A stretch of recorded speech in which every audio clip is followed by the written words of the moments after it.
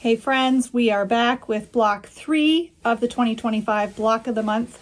Today we are making this pretty block, and we're going to learn how to make flying geese and then 8 at a time half square triangles. Also, we'll be covering how to put this circle on. I have 4 different methods that I'm going to show you, and it will work for both this block and block 4. So stick with me. Let's do this.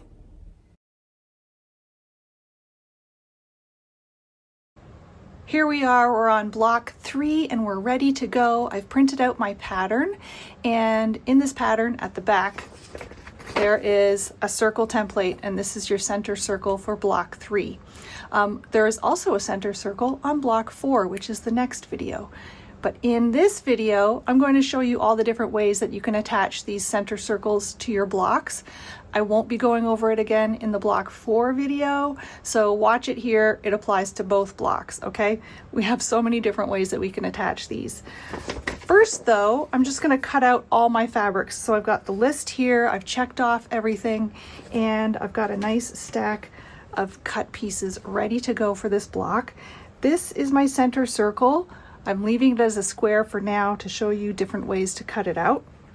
Okay, in addition to your pieces, you're going to need your rotary cutter.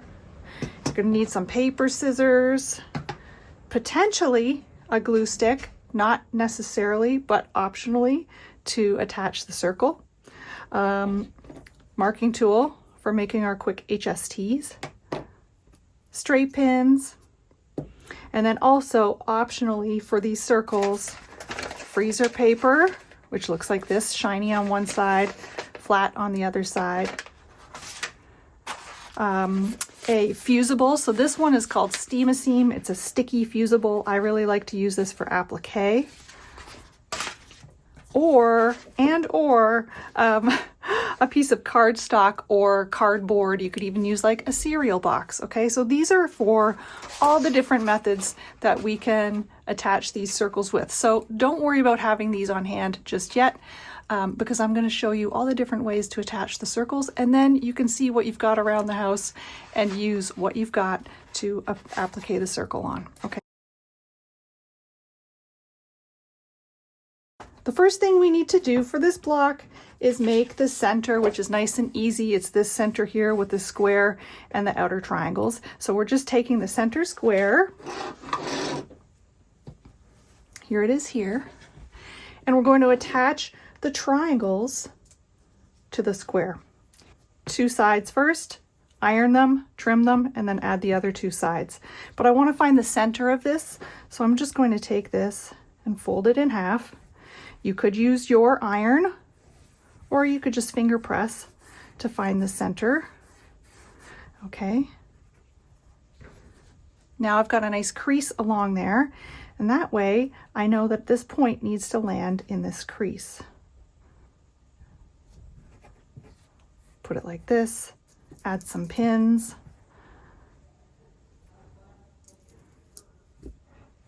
And then I'll do the other side.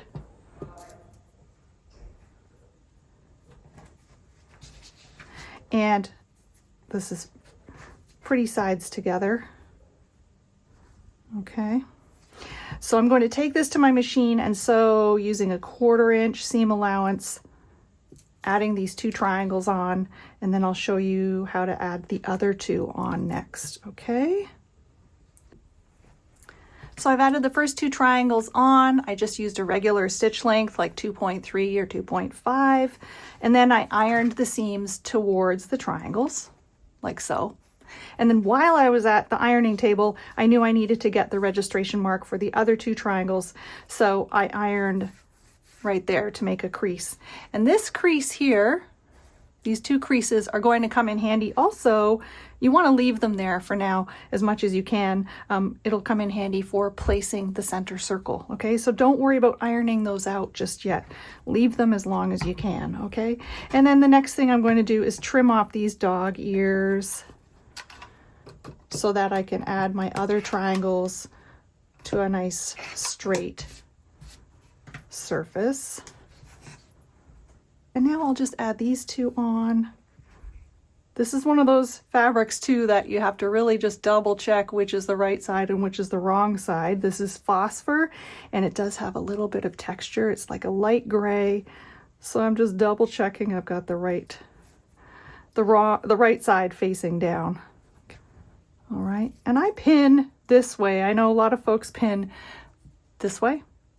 Do what works for you, but I was taught to pin in this direction because when I'm pinning in this direction, I'm attaching, you know, 2 points of the fabric where I'm going to sew, and I remove my pins as I sew. Obviously, would not work out very well if I tried to sew over those pins.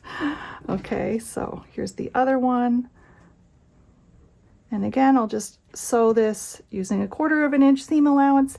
Then I will iron towards the triangles and I'll trim off the dog ears, and that'll be our center all done, nice and quick.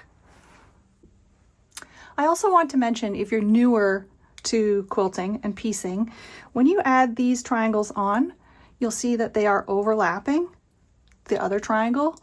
They're not, you know, the point isn't flush, and that's the way it should be, because now you can see I've sewn this line and I've sewn right in here, and that's going to create a seam allowance so that when I fold this out, it'll create a nice continuous line across here, okay? So when you're adding triangles to things, this might look a little odd, but you should have this little 1/4 inch overlap when you're adding triangles to each other, okay? I've got these other 2 added now, and I'm going to trim these dog ears off, but also, in addition to doing this, I mean, you could skip this step because ultimately you need to trim this center part down to 8.5 inches. If you don't have a big square ruler, like a 12.5 inch square ruler, you can use these 6.5 inch rulers. These are the rulers I use more than anything else. I think I've had them for like 15 years now. We need this block to be trimmed down to 8.5 inches. So from the center, from these points, I want to go 4.25 inches, right? Because that's 8.5, half of 8.5.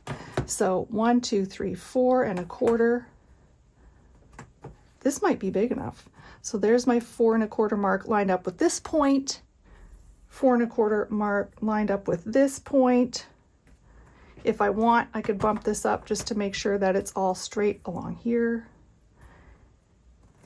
Oh, there's barely anything for me to trim off. Just a tiny bit on that side. I'm going to rotate this halfway around and do the opposite side, and then I'll deal with these 2 sides. Just got a tiny bit, hardly anything to trim off. Perfect. Okay, so there's our center. All right, and I've still got some crease lines in here. Leave those. It'll help you get the circle centered when we're ready to do that at the very end. Okay, we're going to set this aside and move on to the next step.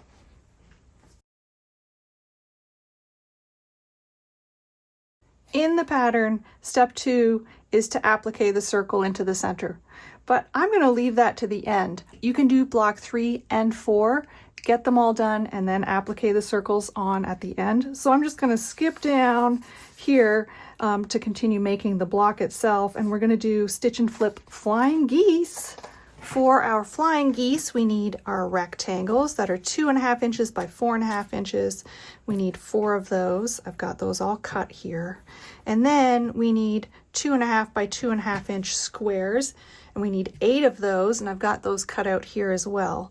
But for all of these, we need to draw a line on the back. So I just want to get these organized, and we're drawing a line diagonally from point to point on the backs of these. I'll use this ruler. You can use a chalk marker or a pencil, drawing from point to point on the wrong side of the fabric, right? There's the pretty side. We're drawing it on the back. We'll do it on this one as well. And you're going to do that on the back of all 8 squares, okay? So you do it on all of these. You're going to take your rectangle. You're going to place one triangle like this on top, pretty sides together. And you can see there's that line. And you're going to sew from that line all the way to the edge here on your machine. You'll need to use a flat foot. Don't leave the flanged foot on your machine because it pulls at the fabric. So put a regular foot on your machine and stitch from here to here, okay? And then once you've done that, we'll add on the other one.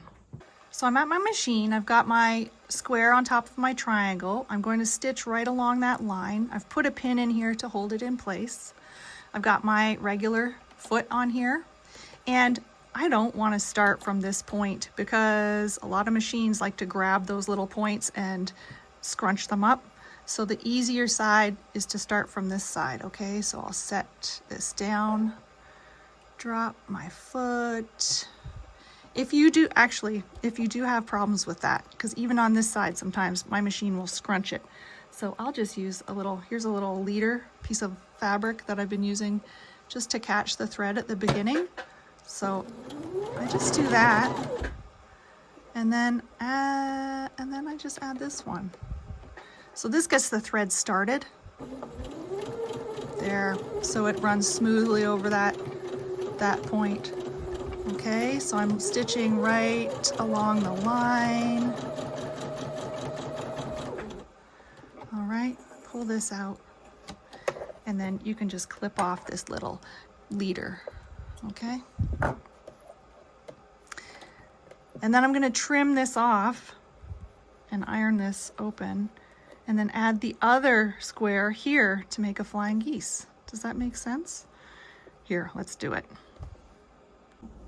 Okay, so you can see I took my ruler and I sliced 1/4 of an inch away from this stitch here. So I cut off, this is excess, this is extra, put it in a little scrap bin. Okay, and now I've got 1/4 of an inch seam allowance, and I'm going to flip this and just iron it like that. And I'll be ironing it just towards this outer triangle, okay? So I'll do that, and then I'll add the other piece. I have my next square in place. I've put a pin in it. It needs to be going in the opposite direction of this one, and you can see it overlaps. It overlaps a little bit, and it should, because again, this becomes your seam allowance to make a nice point when we add it to anything else. Okay, so first I'll put my leader in just to get the thread started, and then I'm going to stitch on the line.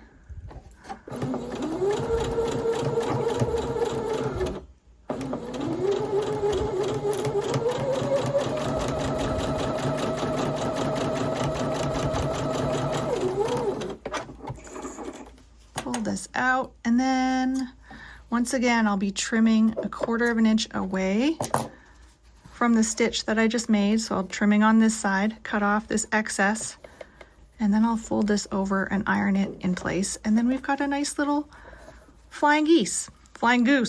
All right, so let's finish this up, and then we have to make 4 of these, so complete 4 of those to complete all the flying geese. Let's talk about troubleshooting on these single flying geese.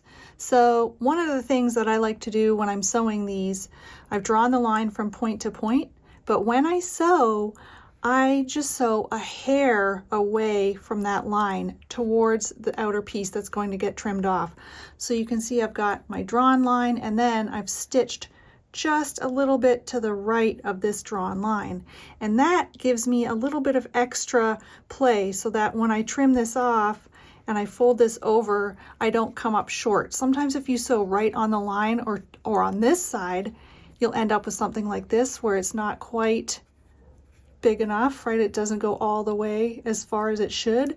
So if I give it a little bit of play here and I stitch just to the right of the line, then it gives me enough extra fabric. So when I fold it over like so, it will be as big as it needs to be. Okay, so that's just a little troubleshooting type thing that this applies to any time you're doing what this is called a stitch and flip, or it's called snowballing sometimes. When you're using this method where you're drawing from point to point and stitching on the line, I always just do a hair over, okay, and that gives you a little bit of extra play. All right, so I've got my single flying geese done. I should mention In block 4, we'll be doing 4 at a time flying geese instead of these single versions. So it's a different method, a quick method of making flying geese. But now you know the standard method of making 1 flying geese block at a time. All right, so I've got these ones done. I'm going to set them aside. And the next step is to make half square triangles. And for this version of half square triangles, we're going to do 8 at a time. So let's talk about that.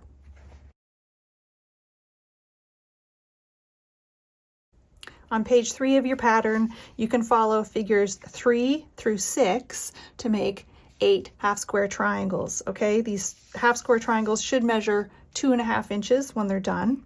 But basically, we start out with 2 squares of fabric that are 6 inches by 6 inches. Okay, and we're putting fancy sides together. And then you need to draw some lines to stitch on. So I've already drawn the lines here. I actually drew too many lines. So the main lines you need to draw are on the diagonal, 1/4 inch away on either side of the point. So I take my ruler, I find 1/4 inch, which is right here. I'm going to line it up with the point at the top and the bottom, like this. And I'm drawing a line like this. Then I'll rotate this around 1/4 inch away, again from the points, or you could measure 1/2 inch from the line you just drew. Draw the other line. Okay, here and here. You're going to do the same on this side, here and here. These become the lines that you stitch on. So you'll stitch along here, take it out of your machine, along here, take it out of your machine, along here. Okay, so we're making these a double X line of stitching. And then these straight lines here, I made too many of them. These are where we're going to slice the fabric into 4 sections. Okay, so let's just go over to the machine. I'll show you how to do this. At my machine, once again, I've got my flat regular foot on here. I've got a regular stitch length of like 2.3. And once again, I just want to use this little scrap just to get my threads started. Okay, and I'm going to take this. I've got some pins in here just to hold my 2 pieces together. They're right sides together, right? And then I'm going to stitch along this line first. Pulling my pin out as I go.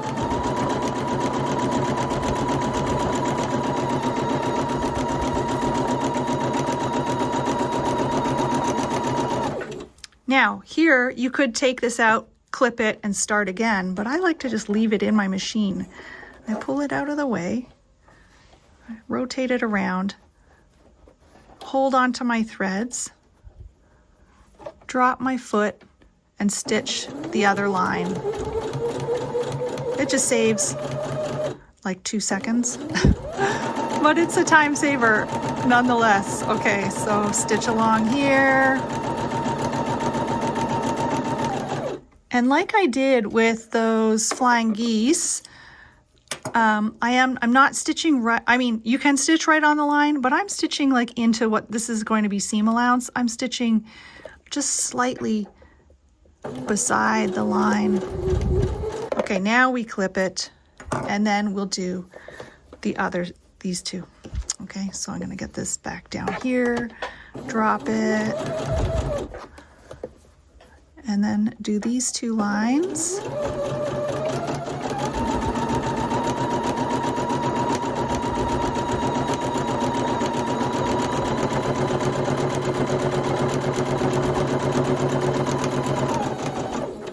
Again, pull it out of the way, swing it around, set my foot down.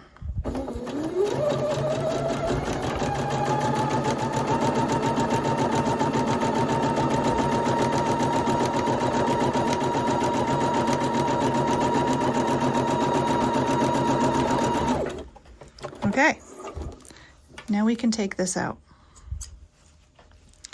clip off this little leader. And now we're ready to slice this up. Okay, so let's go back to the table. I have my stitching here and here, and here and here, zoop, and now we're going to cut this, okay? I've made too many lines here. I'm cutting down the middle and down the middle. So this is a 6-inch square, right? So we want to cut 3 inches away from here. So it'll be right down the center.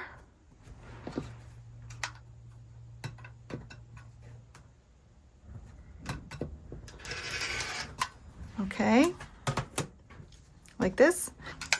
Now we're going to slice down here, and we want to slice, 3 inches away from here, and we also want to hit, this where these X marks the spot stitches land. All right, so I'm going to put this here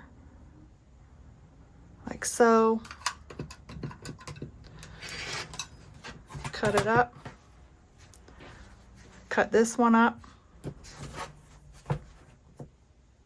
Then we have one more round of cutting to do. And that is in between the lines that we stitched. We're slicing right down the middle there on all of these, and that'll make 8 half square triangles. So let's go like this.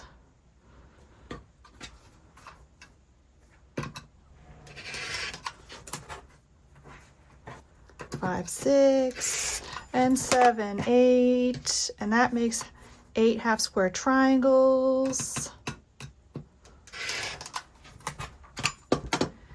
And then we're going to take these and iron them all. Let me just trim this off. We're going to iron them like this. These should measure like 2.5 inches. So yeah, that measures just a bit more than 2.5 inches. So you'll want to iron these and then check the size. If they're a little larger than 2.5, you want to trim all the way around. If they're just, close or just under, that's okay. You can fake it in the seams, but we're aiming for 2.5 inches. I'll iron these up. Because I'm using a light and a dark fabric, I don't think anything really shows through this printed fabric, but still I'll probably iron all of these to the dark side. Okay, so let's get these ironed up. We'll have 8 half square triangles, and then we'll start putting those together with our flying geese. I have my HSTs ironed, and this is just a reminder, before you start piecing them and doing the next step and piecing them with your flying geese, you do want to make sure that they're the right size. Some of them need to be trimmed down. So I've got this nice little block lock that's a 2.5 inch block lock ruler, and that means it's got this little bump here that I can bump up against the seam, and see it is a little big, so I want to trim these down and just make them nice and accurate before I start the next step. Now that we have all our HSTs trimmed and we have our flying geese ready, we are ready to do the next round on our block, and that is to make 2 outer pieces that look like this, and then 2 for the sides that look like this. Okay, so this one here also requires solid squares for these 4 corners. So I already have cut these 2.5 inch solid squares for the corners. So we're just going to piece these, again, using a 1/4 inch seam allowance and pressing as we go. We've got 1 flying geese, an HST here, an HST here, and then a solid square here and here. Whoop, like this, okay? So we're going to piece these in pairs, get them all pressed. So we'll have 2 that look like this, and that will make up this one and the one down here. And then we need 2 that look like this, which is just 1 flying goose and an HST on either side, or yes, oriented like this. See this?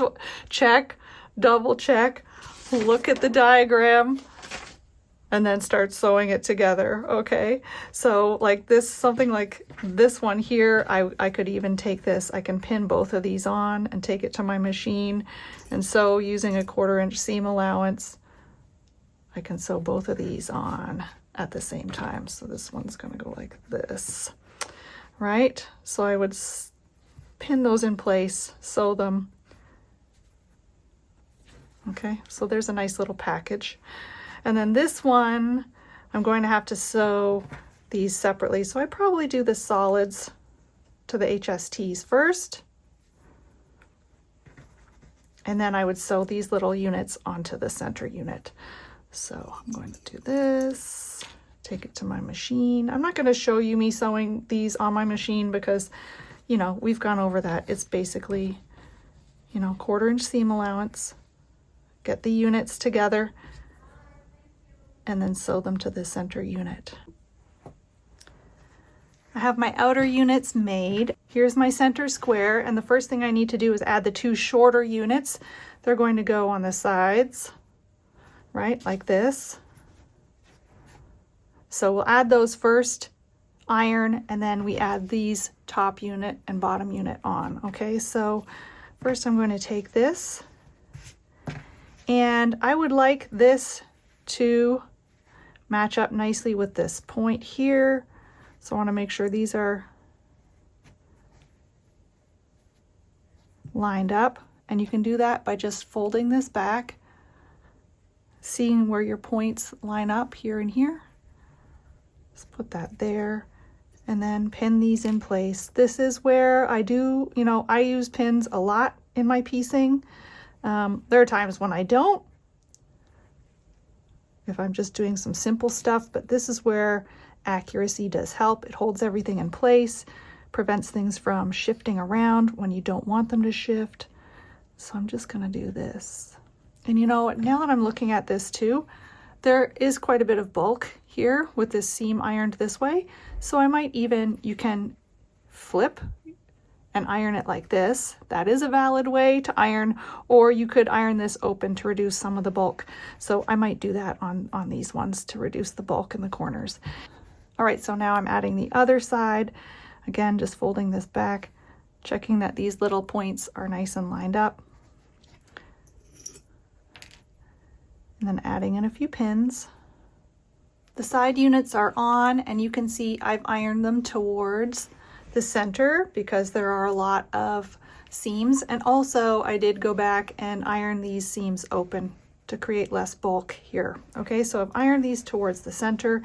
And then the final step before we deal with the center circle is to add our top and bottom units. So again, this is going to go here. And what I like to do with this is nest these seams. So I've got a seam going towards the center. This solid square seam is going the other direction.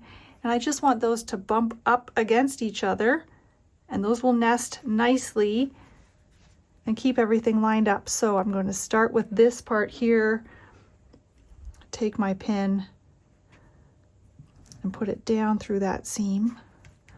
Okay, then I'll do the same thing on this one here. Line these seams up, and then I can deal with the other sections. So put a pin here. Okay, keep that lined up, and now I can do the center section. Nice point to point.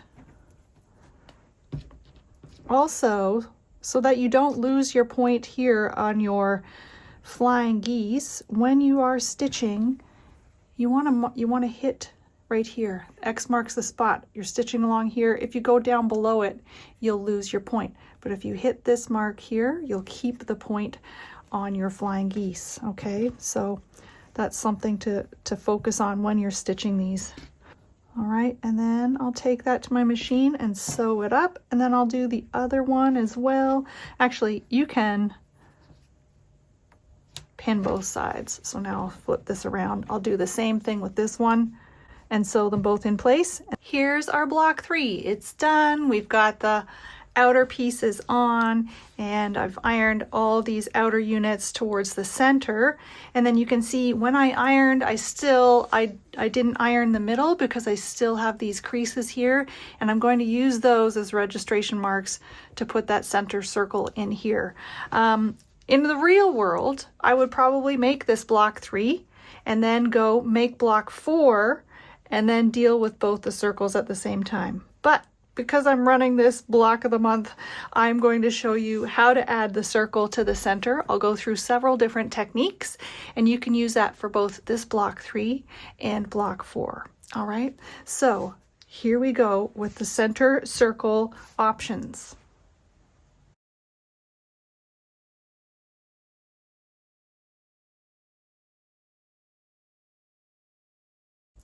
For this version of the circle, we're going to use fusible web and trace our circle. So fusible web, this one I like to use, it's called Steam-A-Seam 2 Light, and I use it pretty much for all my raw edge applique. The cool thing about Steam-A-Seam is that it's sticky, and it's actually sticky on both sides. So you can peel up your shape and stick it down as much as you want when you've got it in place. When you iron it, that's when it fuses to the fabric. So it's nice and versatile. So what I'm going to do is set this on top of my shape, and I'm just going to draw it like this. I'm tracing this. Okay, so I've got my circle printed out, drawn out, and now I'm just going to cut this out like so. And I'm using my fabric scissors. Now, you want to use not good scissors, okay? Because the stickiness on this fusible will eventually build up on your scissors, and you can clean them off, but you know, I've just roughly cut this out. And now what you can do is take your fabric, and I'm going to stick it down in place here. So this side has a grid on it. I'll consider that the top. The backing, you want to peel this away. And sometimes the fusible sticks to the wrong side of the fabric, so just make sure when you peel it away, it's like wax paper, and the sticky side is over here, okay? So I'm peeling this off, throw that out, and then I'm going to stick this down. Nope. Then I'm going to stick it down on the back side. You don't want to fuse it onto the front. Okay, so I'm putting it on the back side. My gosh, see, this is the handy thing about this being sticky. All right, I've stuck that down. Now, this is the cool thing. If I don't like where it is, if I was doing a letter or I was fussy cutting something underneath here, you can keep peeling it on and sticking it down until it is where it's in a spot where you want it to be. Okay, and now that it's in the spot that I want, the next step is to iron this. You don't need steam, just use a hot iron. Iron for about 30 seconds. And then that's when we will take this and we'll cut out our correct size shape. I fused this on with the iron, so you can see I can't take the fusible off the fabric now. So now what I need to do is cut this out. And again, I've got paper scissors that are sharp enough still to cut through fabric, and I prefer to use those rather than my good fabric scissors to cut these out. So I'm going to cut all the way around this circle. I'm just going to take my time because this is going to be raw edge, which means I'm not turning the edge under. I will probably, you could straight stitch it. I would probably do a little zigzag stitch all the way around it once I have it on the block. But it is going to be raw, so I want to make a nice circle.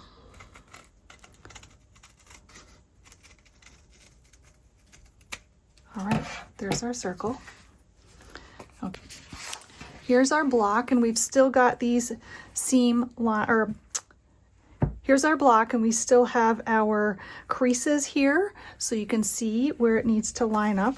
And actually, this is such a nice big circle that you could probably also just eyeball it, right? So now we can peel this papery side off of the fusible. You peel this away, and you're left with another sticky bit of fusible. So the cool thing is that you can place it and reposition it however you need to. Before I do that though, I might just give this a little fold and pinch down the corners and then fold again, pinch the other corners, and then this will give us little creases to line up with the ones that are already on our block. Okay, so I've got some little creases in there, just enough so I can see where I need to land. And now, where is it? There it is. Peel that away. So I can line this crease up with this one here, this one here. This one needs to go up. That's about right. Stick it down. If you're not happy with where it is, you can peel it up and reposition it. Now that's with the Steam-A-Seam. There are other fusibles that don't have that adhesive, and you might need to just, you know, be really sure of where you are placing it before you iron. So now that this is in place, what I would do is set a hot iron on here for about 30 seconds, no steam, and then that fuses it in place. And then if I wanted to, I could do a little zigzag stitch all the way around here, especially if this quilt is going to be used. This fusible will eventually, with washes and use, it will sort of peel up around the edges. So you do want to be sure that you've got some sort of stitching around here. You could even do some nice decorative stitching. It's up to you. Okay, so that's a nice quick way to get the circle in the center. If you don't have fusible and you still want to stick this down and just do raw edge, the easiest way to do that is with a glue stick. So all I would do is cut out my circle out of my fabric, just do a little bit of glue, get it into place, stick it down, and then stitch all the way around. That's the easiest version. Glue stick, fabric, that's it. The other option is to use this fusible. And then we've got two more options, and those are both for finished turned edge options.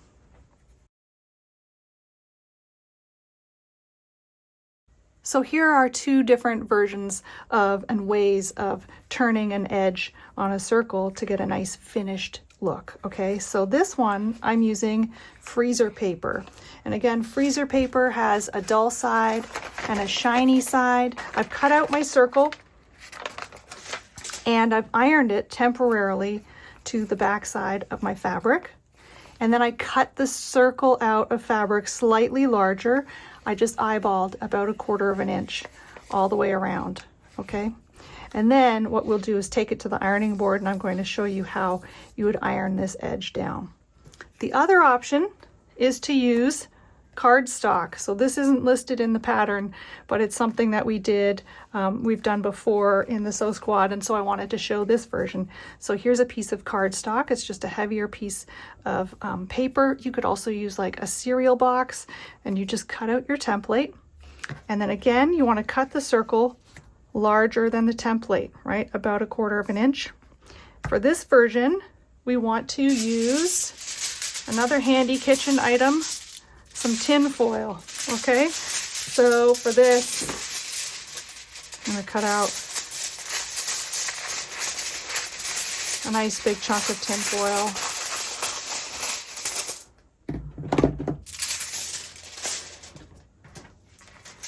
And we'll be using this, so template, fabric with the pretty side down, and tin foil. And then we're gonna take it and we're gonna iron it this way at the ironing board. So let's see how these two versions come out. Let's start with our freezer paper. So we've got the freezer paper stuck to the back side of the fabric. And this is just temporary. We'll remove it before we put it on the block. Okay. And then we need a starch. So I really love this Easy Press fabric treatment by Acorn, especially because you can take this and you can put it into one of their pens. They have these pens that have a little felt tip on them, and you can fill it up with this starch, and then you can just trace right around where you need it to go. So what I'm going to do is do this. It doesn't take very much either for it to work. And then use the iron. No steam. You don't need steam for this. Okay, and it gives a nice crease. And we do that all the way around this circle.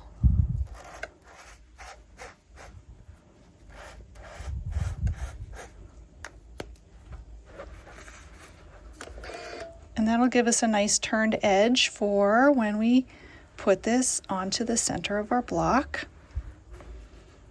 Okay. And you just continue on like that to create the finished edge. You take this freezer paper out before you attach it to your center block, okay? So this is just a really nice way to make a nice turned edge. The other option is to do this. I did not come up with this. Another famous quilter who I'm forgetting the name of has done this, and someone taught me, and it's a cool method too. So I've got tin foil, my circle with the pretty side down, okay, my template centered, and then you let's see if this will work. You crinkle this around, all the way around your shape, and what's happening is the fabric is folding around that cardstock, and this is why you need like a heavier piece of paper. Right. We'll see how this looks because it's like a science experiment. All right. Okay. I might do this here. And then we're going to iron that. All right. Let's see how it looks. Okay. Got a little tin foil thing happening. And now we'll iron.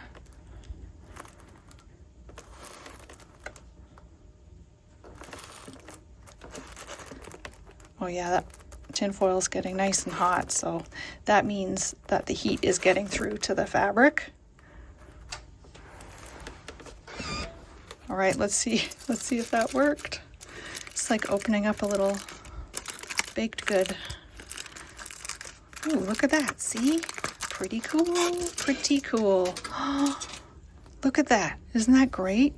This might be my favorite method for turning these edges.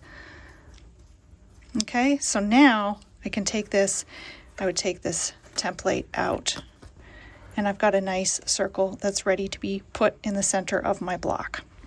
All right, let's go back to the block and have a chat about how to attach these. So for the first two versions of the center circle that we just did raw edge, right, with fusible or just using a glue stick to hold it down and stitching all the way around. But now we're talking about these ones that have these folded edges, right? It's a finished edge, and the best way to get this on is to center it. Like I'm eyeballing it. If you wanted to, you could fold it and do that pinch again so that you've got little creases to line up with the creases on your block. But I'm just going to eyeball. I'm going to take a pin just for now to hold this here, just to make sure everything is the way I want it to be. And then I would stitch this down. So if you've done needle turn applique, you could do hand stitch this down, or you can do it at your machine. So you could pin all the way around if that's what you wanted to do. The other option is to just put a pin in there for the moment and use a little bit of glue. So this is, again, another Acorn product. This is called Seam Align Gentle Hold Fabric Glue. It's got a really nice fine tip on it. So I would take this and I would put a little bit along here. And this will just give it a temporary hold and just glue all the way around. Okay, glue the edge down and then stitch it however you choose. All right, so those are 4 different ways that you can do these circles and add them to the center of your blocks. This applies for both block 3 and block 4. The block 4 circle is smaller than this one, you'll notice. So again, it'll be something that will be a little bit fussy to do, but once you get it on there, it's gonna look great, okay? So let me know in the comments which option you chose for adding your center circles to your blocks, okay? And that's block 3, that's done. Next up is block 4. It's similar to this, but we'll be doing quick flying geese for that one. Again, the center circle is a little bit smaller on that one. It's a different layout, but they look similar, which is why I want to do both of them this month, okay? So I hope you enjoyed this, and I hope you had fun with it, and share your finishes in the feed so that you can be entered into the giveaway.